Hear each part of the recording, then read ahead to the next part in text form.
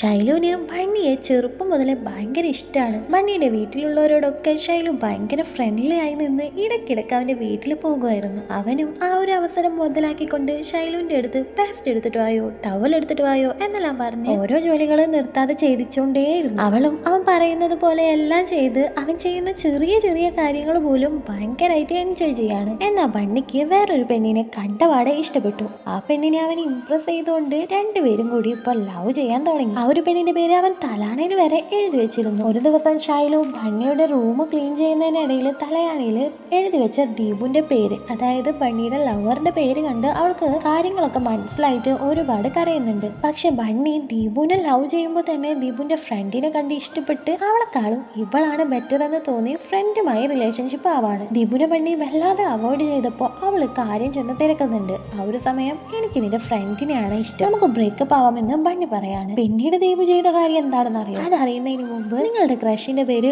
ഒന്ന് കമന്റ് ചെയ്തേക്കണേ. ലവർ ആയാലും മതി. ഇതിന്റെ ഫുൾ പാർട്ട് കാണാൻ താഴെയുള്ള പ്ലേ ബട്ടൺ ഒന്ന് ക്ലിക്ക് ചെയ്താൽ മതി.